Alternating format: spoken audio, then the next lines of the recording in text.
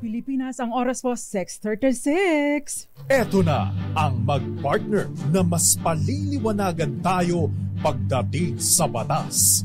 Mga payo ng mga abogado, mga usaping abogado na mas malinaw na pag-uusapan para mas maintindihan natin. Kumpanyera ng Bayan, si Attorney Rina Seco at ang Panyera ng Bayan, si Attorney Cam Cheryl Adami Molina. Dos Kumpanyeras sa DZRH Radio, DZRH TV at DZRH Online. Bago mo kasuhan, bago ka pumirma, bago ka makipagkasundo, makinig muna sa Dos Kumpanyeras. Dos Kumpanyeras. Magandang gabi, Pilipinas. Ito po ang programang Dos Kumpanyeras at ako po ang nagsasalang panyera ng bayan, Attorney Rina Seco, tuloy-tuloy sa pagbabalita, tuloy-tuloy sa serbisyo, sama-sama tayo, Pilipinas. Dos Kumpanyeras. Dos Kumpanyeras. Kumusta po kayo ngayong araw ng... Anong araw na ba ngayon? Adjust na po ng... Abril 2024 at birthday po ng aking partner ni si Attorney Cam. So, wag niyo muna siyang hanapin. Nagse-celebrate po siya ng kanyang 18th birthday. Magiging maganda po ang ating talakayan tonight, no? Pero bago 'yan, Eid Mubarak muna sa ating mga kaibigang Muslim, no? Kumusta po ang inyong pagdiriwang noong pong Holy Week ay nataon? Nandoon po ako sa UAE, sa Dubai at saka sa Abu Dhabi. Talagang medyo kumpara dito sa Pilipinas, mas tahimik doon, ano? Talaga namang ramdam yung fasting na ginagawa ng ating mga kababayan ng mga Muslim, no? Pero talagang makikita mo talaga yung pagiging committed nila. Kaya congratulations. Tapos na ang mahigit isang buwan na fasting. Ayan. So mai-enjoy na anytime ang pagkain. Dos Kumpanyeras. Pero nakakatuwa po talaga, nakakahanga ang kanilang dedication, no?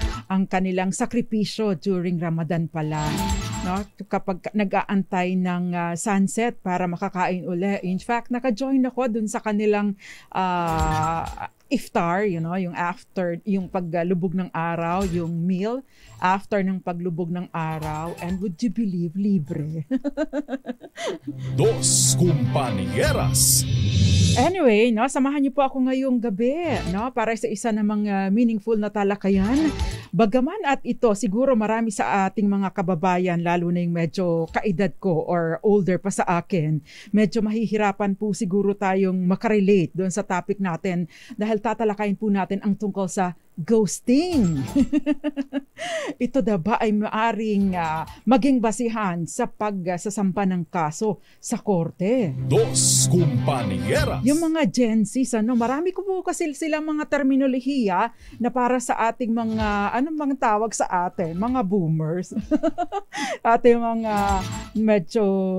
medyo nakatatanda na, ay hindi natin masyadong maintindihan, dahil parang may tawag sila sa lahat ng bagay. Andyan yung quiet quitting na tinatawag o yung tawag doon, yung bare minimum, yung gagawin lang kung ano lang ang task na naka-assign sa kanila for that particular day at hindi na yung mag-i-extend kasi marami sa atin, di ba? Mga competitive, hindi naman sa sinasabing hindi sila competitive, in fact, mas competitive sila, kaysa sa atin.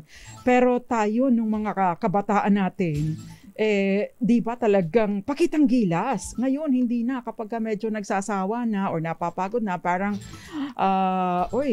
quiet quitting ang tinatawag, no? Di ba? Dos Kumpanyeras.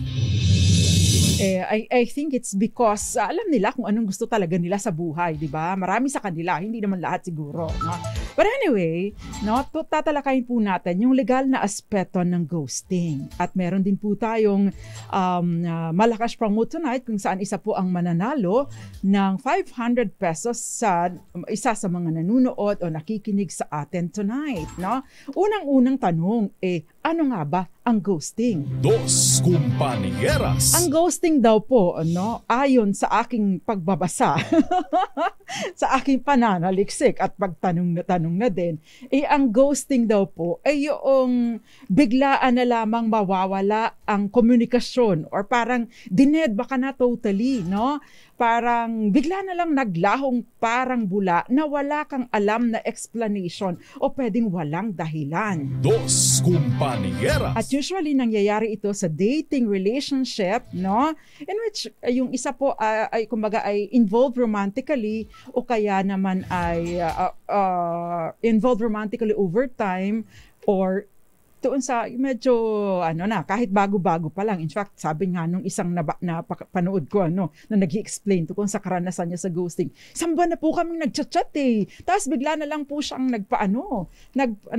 bigla na lang po niya akong ginost. Dos Compañeras. Kaya naman last year, no, if you remember, was it last year or the other year, no, na itong isang ngayon na aresto na siya, di ba? Isang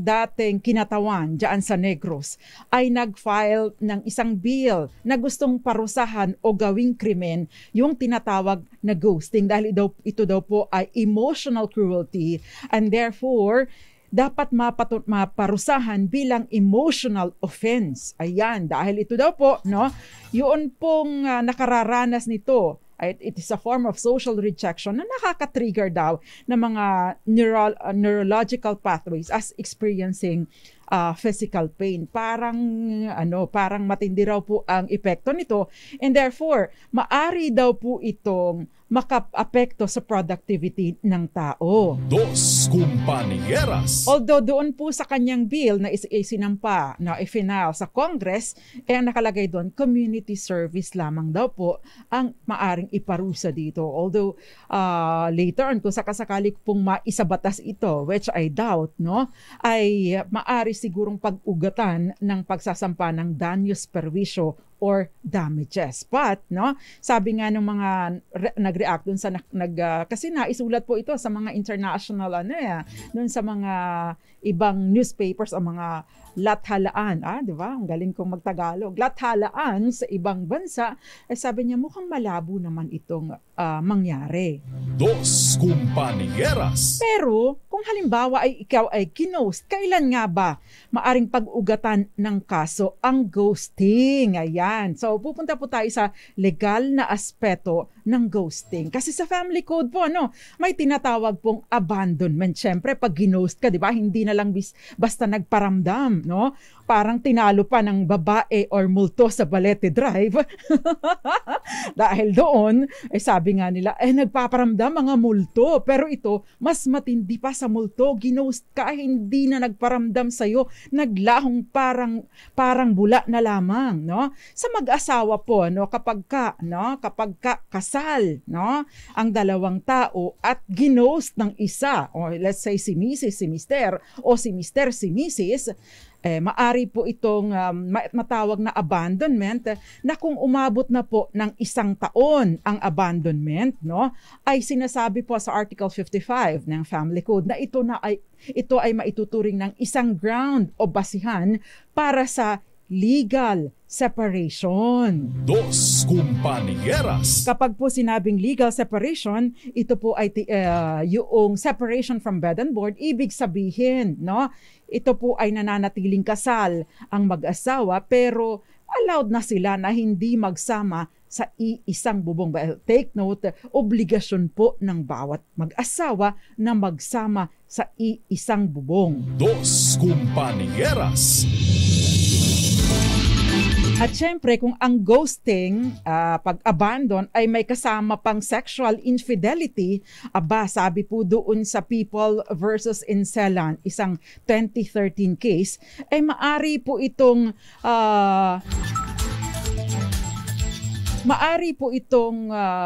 magtuloy-tuloy doon sa tawag nating VAUC, Violence Against Women and Children, kung halimbawa ay nagdulot po ito ng psychological, kumbaga matindi ang psychological or emotional effect nito, no? Nagdulot ito ng suffering doon sa naiwang asawa kung babae ang iniwanan. Dos Compañeras. Anyway, yan po ang tinatalakay natin tonight. At syempre, may iba pang mga implications or legal implications ang ghosting between spouses. Yan po ang tatalakay natin sa ating pagbabalik.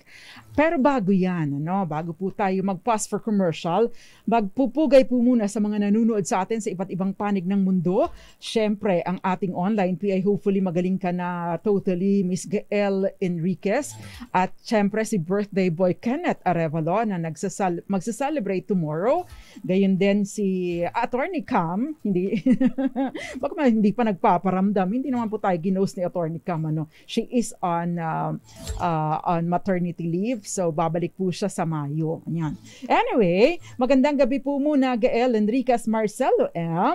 Gayon din Ray Mendoza at Miss Maria Teresa Lazaro dyan sa Hong Kong. Si Gael po nasa Hong Kong din. Okay, magandang gabi din po sa mga nanonood sa atin sa ating Facebook DZRH Dos Compañeras Facebook Live. Kenneth Arevalo, Mami Belen Rivera, si Odette Oxales, sabi niya, Gen X tayo. Magandang gabi din sa iyo, Tita Ami Miraflor Garcia, Moonbeats, Charo Abraham, gayon din Ma'am Nelia Licong, at Violeta Montecalvo Zambrano. Si Josephine Garimbao, dyan po sa Michigan, USA. Magandang gabi po sa inyo. Ma'am Oscarita Recta and of course Ma'am Grace Recta na imbag arabi Madam. Si Ed Simbulan Flores. Magandang gabi. Eduardo Narvaez dyan din sa USA. Si Rion Dino. Magandang gabi po sa inyo. Ronald Tumbaga dyan sa Olongapo City. Federico Bagisi, Ma'am Chara Abraham, Rodney Yuse nanunood, nakikinig sa atin sa radyo at nanunood sa atin sa Facebook Live. Gayon din si Eduardo Narvaez, I am the victim daw. Siya daw yung biktima. Fiesta Mart Royal, gayon din si Fruy Vita sa Angeles City, Pampanga, at maraming iba pa nanonood sa atin dito sa DZRH Dos Compañeras. And special shout out po, sa kaklase ko sa UP Law Review Center, si Miss Lilibeth Agad dyan sa Lobok, Bohol. Magandang gabi sa'yo. Dos Compañeras. At yung question mo, Eduardo Narvaez, gayon din si Brian Dinero, ay sasagutin natin yan sa ating pagbabalik. Ilan po muna mga paalala sa ating DZRH Malakas Promo? Yes or no? Maaring maging basihan sa pagsasampa ng kaso ang ghosting kung kasal ang mga partido. Ipadala po bilang private message sa akin at dyan po ako pipili ng isang mananalo tonight. Take note lamang po na chinecheck ko ang inyong page kung nakafollow kayo sa ating page. Magandang gabi po ulit sa inyong lahat. Magbabalik po ang programang Dos Compañeras. Ilan po munang mga paalala. Dyan lamang po kayo. Dos Compañeras. Ang programang Dos Compañeras. Kasama pa rin po, nagsasalang panyera ng bayan. Hindi ko po kayo ginaghost. Dito po sa Dos Compañeras. Attorney Rina Seco po, at tinatalakay po natin ang legal na aspeto ng ghosting, kung pwede ba siyang maging batayan ng pagsasampa ng kaso sa korte. Before we pause for commercial, binanggit na po natin na ang ghosting, kung halimbawa merong legal relationship, ibig sabihin kasal po ang dalawang tao, kapag ka ghost, maari po kung umabot ng 1 taon, ay maari po maging batayan sa pagsasampa ng legal separation sa korte. Ibig sabihin, again, separation from bed and board. Pero hindi lang po doon nagtatapos, Dahil sa ilalim po ng batas, kapag ka po yung pong abandoned spouse, maari pong mag-file na ng judicial separation of property under pa rin sa family code. Kapag ka po yung separation ay umabot na ng 1 taon at tipong reconciliation is no longer is no longer feasible. Ibig sabihin, malabo na talagang magkasundo ang mag-asawa. Ayan. Dos Compañeras. Yun pong naiwang asawa, kay babae man yan o lalaki, no, ay maari din pong magsampa ng kaso, ng petisyon, para sa receivership or authority para maging sole administrator ng conjugal partnership properties. So, hindi po basta-basta ang ghosting para sa mag-asawa. Yon. Ang tanong, attorney, ito ba ay pasok doon sa tinatawag na emotional or psychological abuse na binabanggit naman sa RA 9262 o Anti-Violence Against Women and Their Children? Dos Compañeras. Take note po na doon sa psychological, doon sa RA 9262, isa sa mga elemento po ay dapat ay merong dating relationship o kaya naman ay sexual relationship ang dalawa. Pero does that mean na kapag bigla na lang, sabi nga nung isa nating listener dito, sabi ni Victorino Getan Duran, kapag pinutol ng isang taong lahat ng communication ng walang paliwanag, kapag kabaga nito, pwede ka magsampa ng kaso? Dos Compañeras. Actually, yun nga pong breach of promise to marry ay hindi actionable. Ibig sabihin, kapag ikaw ay engaged kayo at nagkapangakuan na kayo na magpapakasal at tapos hindi or umatras o hindi itinuloy, ay hindi raw po actionable yon sa ilalim po ng batas or sa ilalim din po or ayon na din po sa mga jurisprudence. Ibig sabihin, mga desisyon ng Korte Suprema sa maraming kaso. Abay, how much more ang ghosting? Dos Compañeras. Dahil syempre, malaya ka naman, bilang isang human person, malaya ka naman na pumili ng kakausapin mo at hindi kakausapin, hindi ba? May kalayaan ka din na manahimik kung gusto mong manahimik dahil syempre hindi po lahat ng tao ay kasing galing magsalita nung iba dyan, di ba? May ibang tao na evasive, Kasi yung iba hindi carry, na makipagdakdakan, na makipag-argumento dahil minsan may mga taong kumbaga ay sensitive din naman, So ang recourse ng iba ay manahimik na lamang, hindi ba? Dos Compañeras. Maayong gabi din sa iyo, Peter Albia, and of course Phoebe Lorente. Sabi niya, good evening, attorney. Paano po kung magsampa ng kaso kung di mo naman alam kung nasaan na siya? Siyempre, yung last known address. Ayan. Ang sinasabi po ng batas, kahit hindi mo alam exactly kung nasaan ang kanyang lokasyon at the moment of the filing of the case, yung last known address, ay pwede mong gamitin kung saan doon patutugpuin or isi-serve yung mga notices or summonses na ipapadala. At syempre, meron din po kung annulment of marriage, meron din po tayong tinatawag na service by publication. Anong ibig sabihin nito?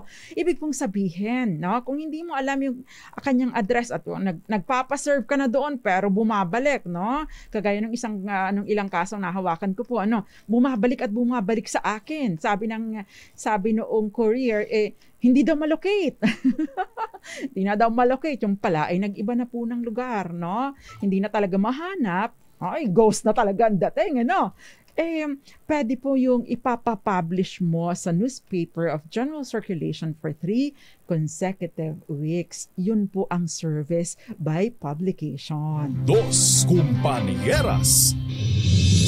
Ayan. So, yun pong psychological abuse, kung wala po sa konsepto ng mag-asawa, malabo po yung ganito. Dahil again, may karapatang manahimik at mag-express at hindi mag-express. Yung karapatan mong to express yourself includes the right not to express yourself o hindi magsalita. Karapatan mong magsalita pero nakapaloob din sa karapatang ito na ginagarantihan naman ng Bill of Rights ng ating saligang batas o Philippine Constitution na manahimik at hindi magsalita, 'di ba? Dos Compañeras. Pero paano naman kung pumasok doon sa ghosting ng mag-asawa pagkatapos ay nag-incur pa din ng iba pang violation, nagkaroon ng extramarital relationship, no? Dahil nga kasal na sila, so nagkaroon ng other party, si Mister ang pag-usapan natin dahil hindi po sasaklawin nito kung ang naiwan ay si Mister at hindi po papasok ito doon sa VAUSI dahil ito pong VAUSI o Violence Against Women and Children ay applicable lamang doon sa mga misis, no, at sa kanilang mga anak. Ayan. Now, kung halimbawa po doon pumapasok sa 9262, no, nagkaroon ng marital infidelity si Mister, maari po itong pumasok doon sa emotional or psychological violence kung matindi po ang naging epekto kay misis. At ito po ay maaring ma-file within 10 years mula sa occurrence or commission nung anuman yung mga acts na ito na binabanggit. Kasama na din po dito yung extramarital relationship or infidelity. Dos Compañeras. Diba, akala nyo napakasimple ng ghosting, ano? Kasi yun pong marital infidelity ay maaring mag-cause ng mental or emotional anguish, no? Doon sa kay misis. Ayan. Paano kung ghost ka na kasal, no? Ito yung tanong na ghost ka sa kasal mo. Ito yung when love turns to lawsuit or kasalan na nauwi sa kasuhan. Dos Compañeras. Well, again, babanggitin ko lang din, uulitin ko, yung mere breach of promise to marry, ibig sabihin ay hindi itutuloy ang kasal, no? Ay hindi po sapat na batayan para sa pagsasampa ng kaso sa korte. Breaching a promise to marry is not an actionable wrong, although it is wrong, dahil pinaasa mo, no? Dahil sabi nga, hindi mo siya maaring maging basihan ng pagsasampa ng kaso because, yung marriage is a personal decision. Maari kang may kalayaan ka na pumili ng inyong mapapangasawa or to forgo marriage entirely. Kaya hindi mo maaaring pilitin ang isang tao na pakasalan ka at pakisamahan ka. Ayan. Dos Compañeras. Hindi mo nga po maaaring kasuhan yung asawa mo at sabihin, oy, dito ka tumira sa bahay. Bagaman at obligasyon ng mag-asawa na magsama sa isang bubong, hindi ka maaaring pumunta sa korte, na sabihin na, Judge, orderan mo nga itong mister ko o misis ko na dito tumira sa bahay namin dahil sumakabilang bahay na. Dos Compañeras. Sa Wasmer versus Velez, ito ay isa sa mga famous cases, yun pong babae at saka yung lalaki nag-apply na ng marriage license, at na-issuehan na po ng marriage license. Na-set na po yung kasal, meron ng wedding invitations, na ipamahagi na itong mga invitations na ito sa mga kaibigan, mga kapamilya at mga acquaintances. Nakabili na din, ng wedding gown si madam, Tapos nakaprepare na din yung kanilang mga damit para sa entourage. Pati nagkaroon na po ng bridal shower.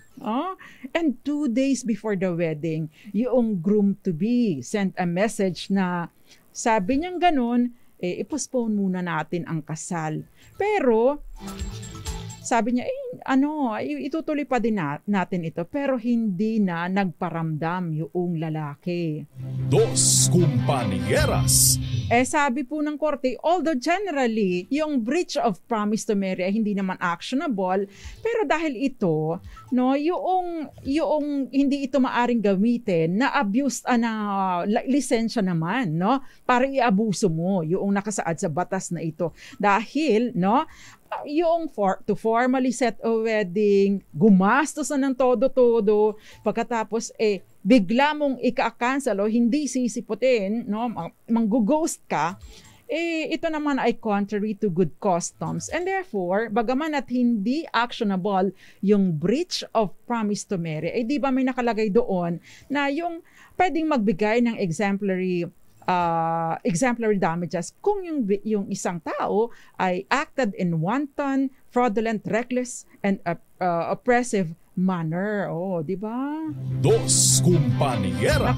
Nakakapanloko, di ba? At sabi nga rin po, no, kapag kaganyan, pwede kang magsampa for moral damages, no? Dahil nga gumastos na humiliate na, no? Nag-set na kasi, gumastos na kasi, 'di ba? Nag-send na ng mga invitations. Dos Compañeras. Pero yung bigla na lang mawala at hindi ka kinausap, wala naman kayong commitment, wala naman kayong commitment na magpapakasal tayo. In fact, kahit sabihin magpapakasal tayo, wala pa namang naset na date, napag-usapan pa lang at biglang nawala, wala pong dahilan, no, para sa pagsasampa ng kaso sa korte. Dos Compañeras. Eto, may reaction dito si Eden. Ayos lang yun, attorney, mawala na siya, pero ang bata, wag namang idamay. Lalo na yung sustento, lalo pa may maganda namang trabaho. Okay, yun pong refusal sa pagbibigay ng sustento, no?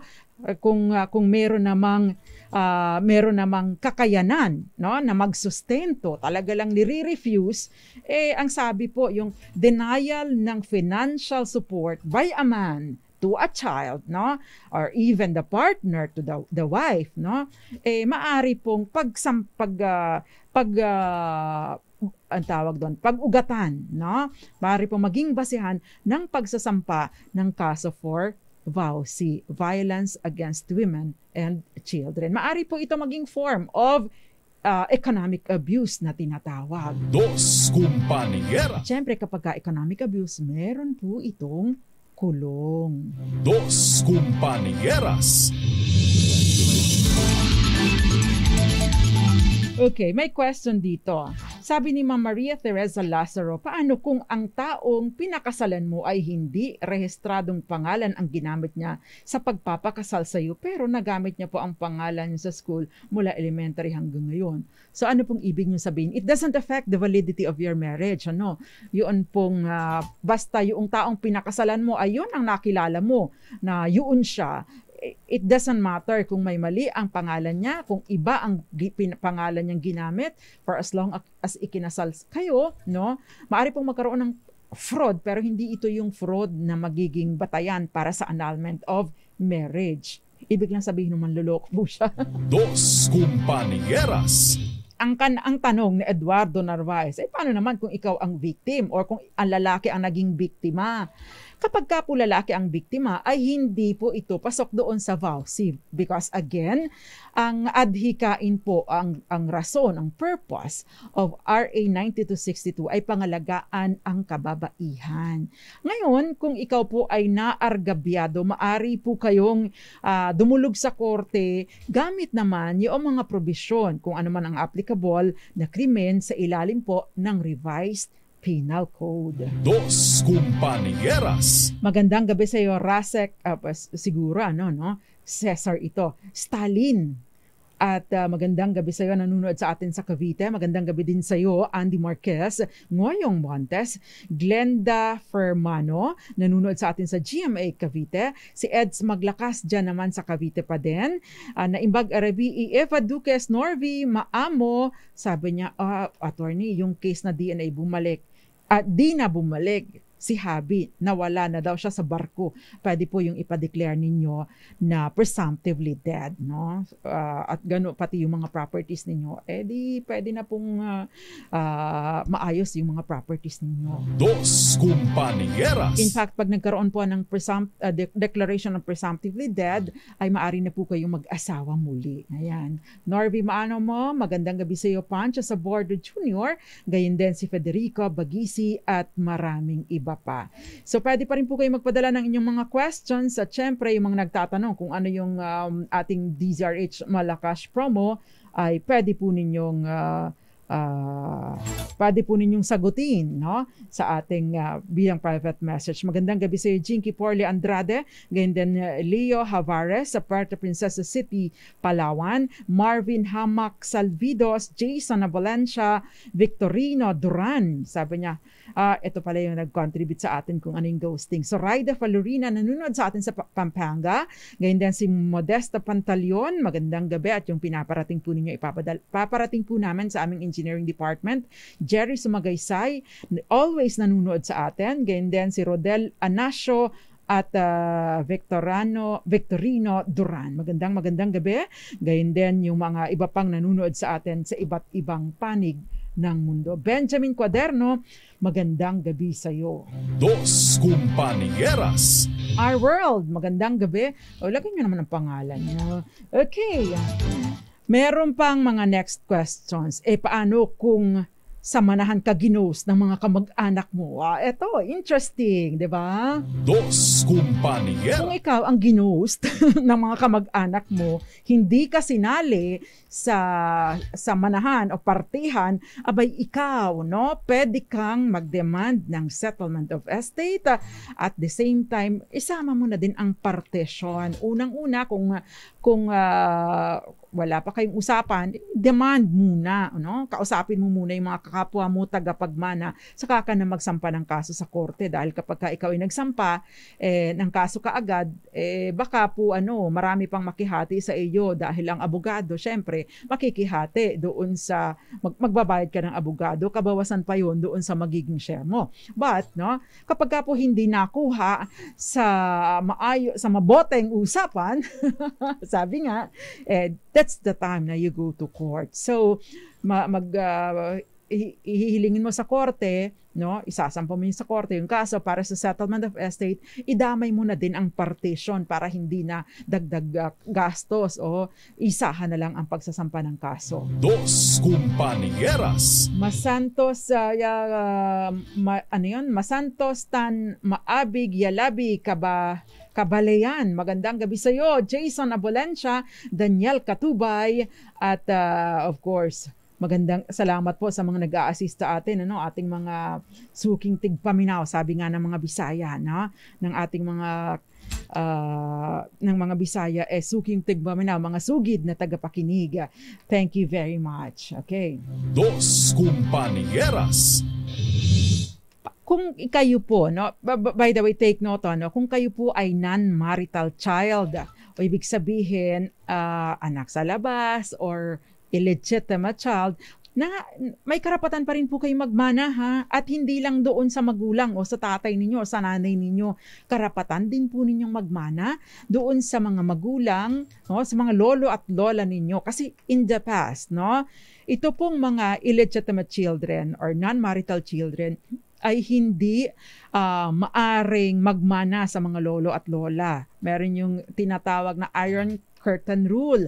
Pero sa kaso pong Aquino versus Aquino, kung saan, no, yun pong isang bata, no, ay ipinanganak siya na bago namatay ang namatay ang tatay niya bago pa siya ipanganak. Ngayon, tapos namatay subsequently yung kanyang lolo, yung tatay ng kanyang father. Ay dati hindi siya maaring magmana, pero doon po sa Aquino versus Aquino, naging mas liberal ang pag-iisip, ang naging desisyon ng Korte Suprema, at sinabi na ay kamag-anak din yan, wala dapat na maging hadlang para magmana siya. Ito yung tawag ng Iron Curtain Rule. Dos Compañeras. Tinanggal po yun. Binigyan ng pagkakataon, ng karapatan, no? Ang bata, sabi nga, children, regardless of their parents' marital status, can now inherit from grandparents and other direct ascendants by right of representation. May karapatan siya na humalili sa kanyang ama, no? At siyang kumuha ng mana na dapat sanay pupunta sa kanyang ama kung buhay pa sana ito. Dos Compañeras. This is a December 2021 case, no? Magandang desisyon po ito. Sabi nga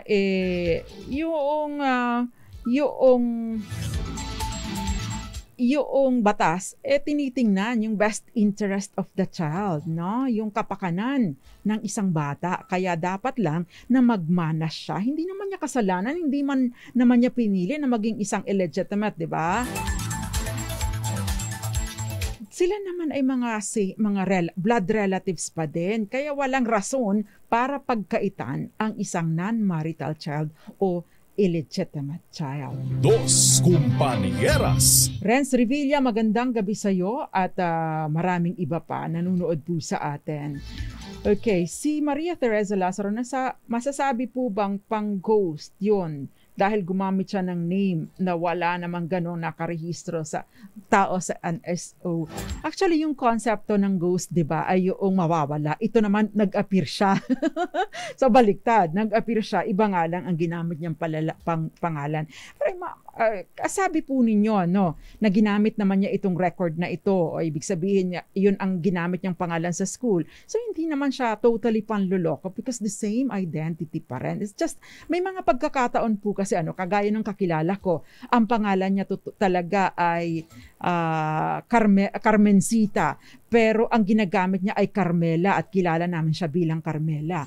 Ngayon nagkakaproblema siya sa mga record dahil magre-retire na siya. Yun. So, yung Carmencita at Carmela ay isang tao lang din naman po, no? Dos Compañeras.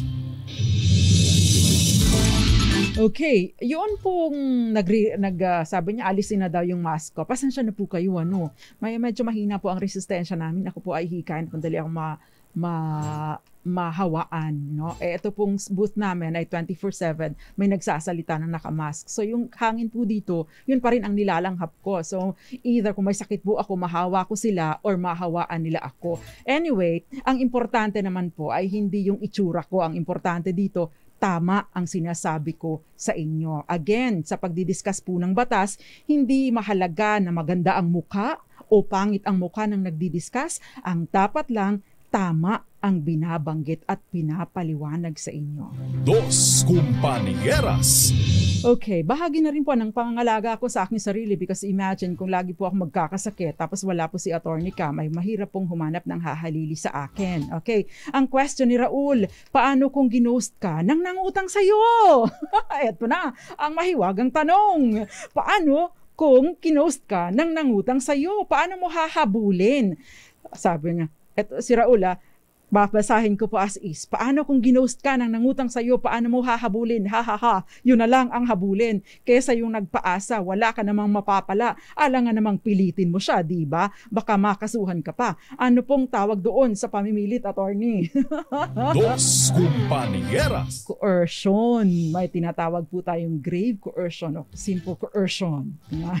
Yun po ay kasong kriminal yung pamimilit. In fact, no, yung nangutang sa'yo, tapos, nainis ka, hindi ka binabayaran. Pumunta ka doon, kinuha yung TV nila para sabihin na ito ang pambayad mo dahil wala ka naman binabayad sa akin. Ito na lang, dahil wala ka naman pera, ito na lang ang bayad mo sa pagkakautang mo sa akin. Pwede pong makasuhan yun for coercion. Dos Compañeras. Kasong kriminal, may kulong. Kasi po, no, iniiwasan ng batas, yung ilalagay mo sa kamay mo, yung mga batas, no? Hindi pa pwedeng ganoon. Now, kung halimbawa po nangutang sa iyo, no? Ito na rin, itutuloy-tuloy ko na dahil may question din po si Christy. Kasi, Attorney, yung nangakong magbabayad sa katapusan, pero start pa lang ng pandemic noon, ginost ka na, no? Ano yun ba pwedeng habulin, pero paano? Okay. Ito na ang nangyayari, mas madalas magparamdam yung babae sa Balete Drive kesa sa taong nangutang sa'yo. Di ba? Dos Compañeras. Meron pong small claims court or small claims cases na pwede pong maging takbuhan. Ayan, ng mga inutangan, pinaasa, pero hindi binayaran. Dos Compañeras. At yan po ang tatalakay natin sa ating pagbabalik. Totoo po yan, Ginoong Benjamin Cuaderno. Nakasmile po ako habang nagsasalita. Nakikita naman po sa mata ko.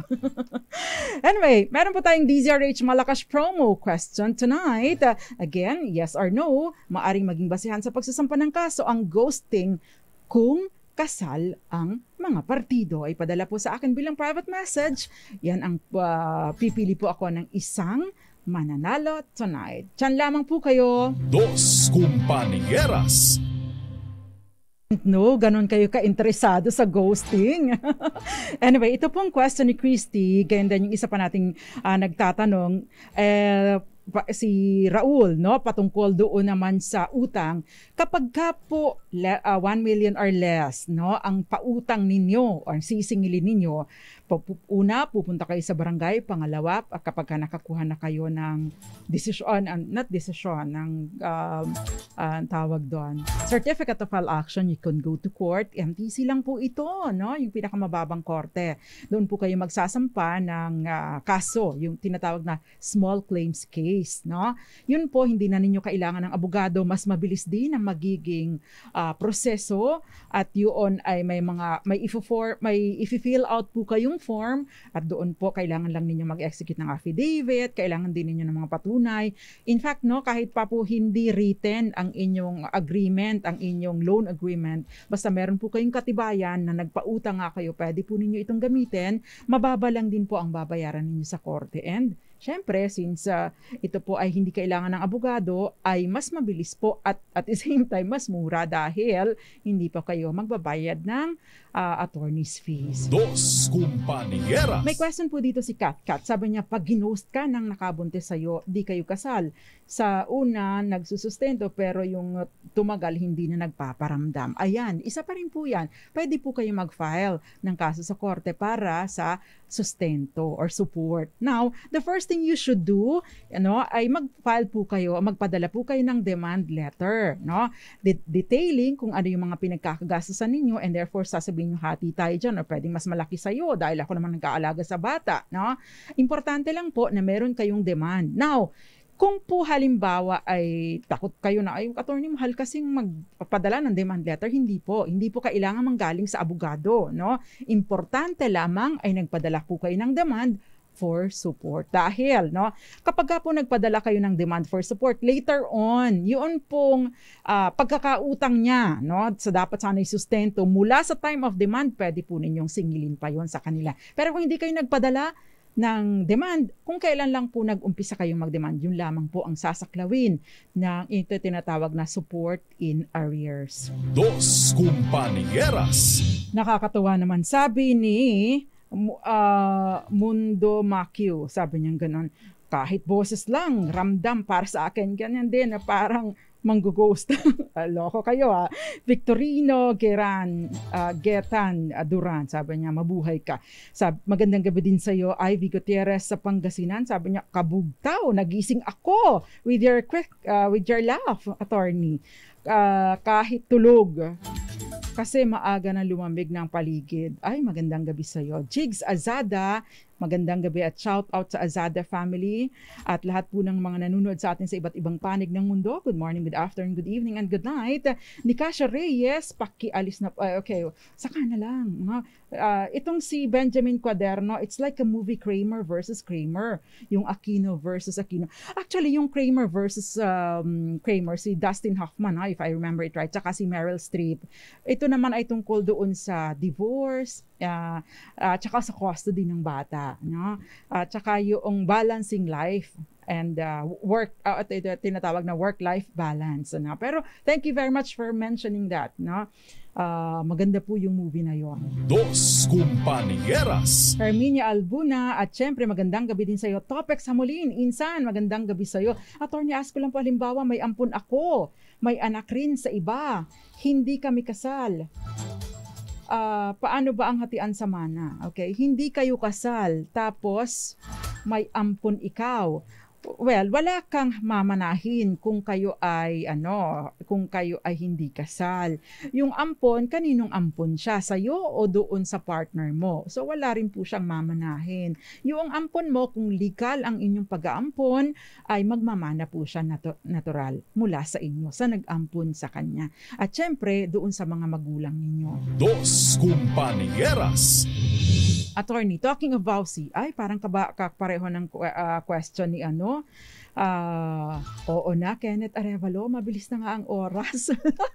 Yan, yung talking of vowsy, ito yung parang kapareho ng kay Eduardo Narvaez. Kung ang husband ang verbally at emotionally abused ng wife, ano naman ang pwede namin gawin sa ilalim ng batas? Pwede din ba kami mag-vowsy? No, hindi po applicable ang vowsy sa inyo. Again, para po sa mga kababaihan at sa mga anak, mga bata, ang proteksyon na ibinibigay ng vowsy. Maaari po kayong dumulog doon sa Revised Penal Code kung merong applicable na legal provision doon sa inyong nararanasan sa inyong asawa. Dos Compañeras. Ito, yung asawa ko po, ilang beses ko na pong nahuhuli ng bababae kung pinatawad ko na siya, pero talagang hindi ko po malimutan at ang ginawa niya, hindi ko po malimutan ang ginawa niya at gusto ko siyang kasuhan. Pwede pa kaya? Yan. Kung concubinage po ang ginawa niya, assuming na nagfo-fall siya dun sa tatlong mga circumstansya ng concubinage, yung nakipag-live-in sa ibang babae sa ibang bahay, o kaya ay ipinisan sa inyo yung babae niya, o kaya naman po ay sex under scandalous circumstance, o kaya hindi man nag-sex pero hindi scandalous yung pagtatalik nila, pero pinangangalandakan niya sa buong mundo na ito ay asawa ko kahit hindi naman hindi, no? Yun po ay maaring basihan for concubinage. Pero kung sinasabi ninyo na pinatawad na po ninyo, ay hindi na po kayo maaring magsampa ng kaso, no, sa ilalim po ng Revised Penal Code. Pero baka maaari kasi ang marital infidelity po, kung halimbawa niyo matindi talaga ang paghihirap ng inyong kalooban, no, kapag po ganito, mahirap talaga ang inyong kalooban, nagsasuffer kayo, hindi kayo makatulog, depressed kayo, no? That is of course dapat clinically diagnosed, no? Maari po kayo magsampa ng kaso ng under sa vowsy, yung psychological abuse. Dos Compañeras. Okay, yung ex-husband ko po nag-stop magsustento mula nung may kinakasama na siyang iba. Ano po ang pwedeng ikaso sa kanya? Well, sabi nyo, nag-stop dahil may kinakasama ng iba. Yun pong pakikisama niya sa iba ay concubinage na matatawag. Yun pong hindi pagsusustento. Karapatan po ninyo ang sustento sa iyo at sa inyong anak. Pwede po kayong hingi ng sustento sa korte, or kung halimbawa talagang nagre-refuse lang siya, bagaman at may kakayanan, no? Pwede po kayong magkaso ng vowsy. Kriminal na kaso po ito, no? Yung vowsy. Dos Compañeras. Sabi ni Gael Enriquez, abay, ipakulong mo ang mister mo. Ayan, ano ba ang pagkakaiba ng guarantor at co-maker? Ang guarantor po, magiging liable lang kayo, no? Kapag ka po wala na talagang maituturo o masisingil sa kanya dahil bankrupt na siya o kaya ay namatay na siya. Ang co-maker, no, pwede pong diretsang ikaw ang singilin sa pagkakautang kahit pa hindi pa nasisingil yung may pagkakautang. Kaya wag po kayo magko-co-maker. Dos Compañeras. Si Delightful Video King, sabi ko sa inyo mas masarap maging single Anyway, sa tanong na, no, ang yes or no, maaring maging basihan sa pagsasampa ng kaso ang ghosting kung kasal ang mga partido. The answer is, jaran! Dos Compañeras. Abay, oo naman. Siyempre. Diba? Pag ginost ka, diba maraming mga responsibilidad ang isang taong may asawa. O, unang-una, pwedeng sampa ng kaso. Pagka umabot ng 1 taon na ginost ka ng asawa mo, legal separation. O, diba? Marami pa. Pati yung receivership, pati yung judicial separation of properties, at maraming iba pa kung hindi nagsusustento, kaya pwedeng pumasok dun sa vowsy kung, of course, ang pinag-uugatan nun ay yung hindi pagsusustento. Pero, you know, automatic yan pag hindi na nagpaparamdam, di ba, hindi na yan nagsusustento. And the winner tonight is, congratulations sa iyo, Just Lian. Ang sagot niya ay yes, taga Obando, Bulacan, at pinadalan din na ang kanyang GCash number. Congratulations sa iyo, Miss Just Lian. Sa Sabado po Sabado or Linggo matatanggap ang inyong napanalunan. So, standby lang ha, wag mo nang maniningil, wag mo nang maiinip. Anyway, magsama-sama po ulit tayo bukas, same time, same station, same channel. Nakasama ko po tonight ang aking mga mababait na online production assistant, si Birthday Boy Kenneth Arevalo, and of course, Miss Gael Enriquez. At sino pa bang mga nagbi-birthday ngayon? Juno Lucina, happy birthday sa'yo. Ate Gigi Hinang, happy birthday sa'yo. Taga Santa Cruz, Marinduque yan. At nakasama ko rin po si J.M. Arroyo and si Norman Moraga. Antabayanan po ang susunod na programa, ang programang Lunas at Lunas Extension para sa mga napakahalagang impormasyon tungkol sa kalusugan. Nakasama po ninyo Attorney Rina Seco, tuloy-tuloy sa pagbabalita, tuloy-tuloy sa serbisyo. Sama-sama tayo, Pilipino. Dos Compañeras.